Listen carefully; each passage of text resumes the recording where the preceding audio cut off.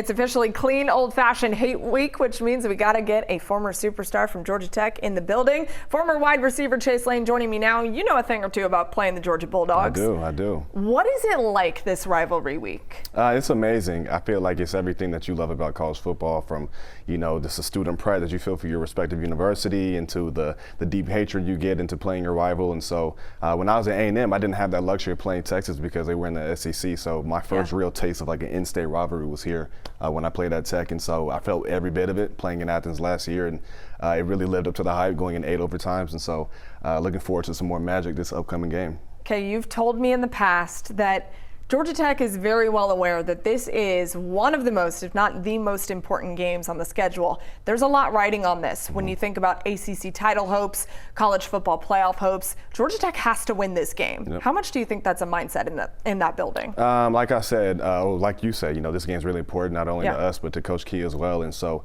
this whole week, we're going to be seeing red, literally. And so, just taking it a day at a time, and really, even though the game is that big and there's a lot on the line, really just treating it like another game, because when you make it bigger than what it needs to be, that's when you start having the little bonehead mistakes. And so really just knowing what's at stake but still approaching it like every other game. When it comes to flushing Pitt, because that's exactly what Georgia Tech has to do at this point, they have to forget about what happened there inside Bobby Dodd Stadium last Saturday night. Now looking forward to Friday, how do you make sure that's in the rearview mirror and all your focus is on Georgia? We really live by a 24-hour rule. Whether you win, whether you lose, you got 24 hours to sit there soaking it, but you got to move on. And so kind of harder after a devastating loss like that, but we're on a short week, and so games on Friday.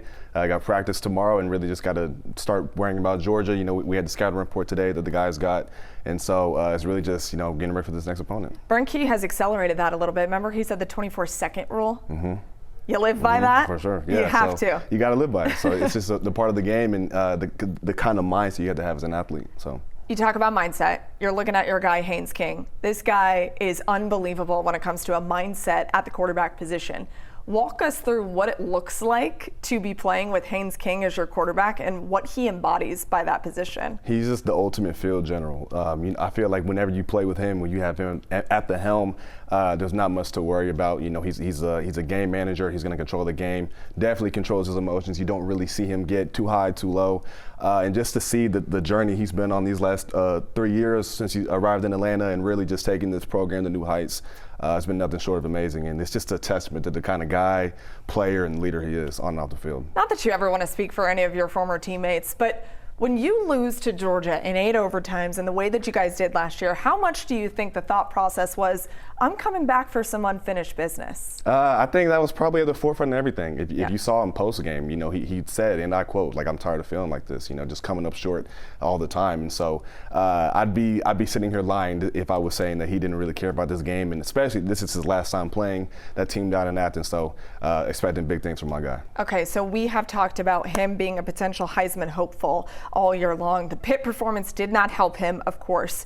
How can he get back to that conversation against Georgia? I think really just getting back to the basics. Even though it was his worst game he's probably played all season, arguably, still had over 300 yards, 3 total touchdowns. Those 2 picks that I know he wish he could have back. But just for him, it's just getting back to what he's been doing all season. Just being that guy, making the right reads, not only with his arm but with his legs. And but he'll be the first to tell you that he doesn't really care about all the personal accolades. All he cares about is getting a win over them. So I've seen his parents say stats are for losers.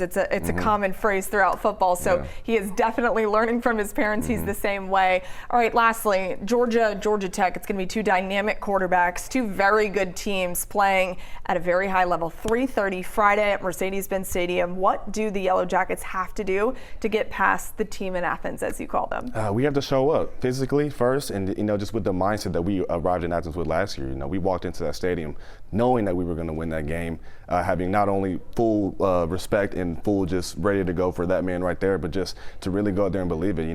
Would we have rather played this game at home? Yes, but we'll still be in Atlanta. And so I think it's just going in there and just knowing that, big brother mentality, it's none of that. It's just Georgia Tech versus Georgia, playing the rival, and that's all it's got to be. How does the Benz change things? I think it changes things, just by having it being neutral. You might see a little more red than you would at home, but you live for games like this. You're playing in the Benz. I've had success in the Benz, and so if you're not ready for this game, I don't know what you're ready for. Oh, okay, fire me up. This is Clean Old Fashioned Hate, Georgia Tech Friday at 3:30.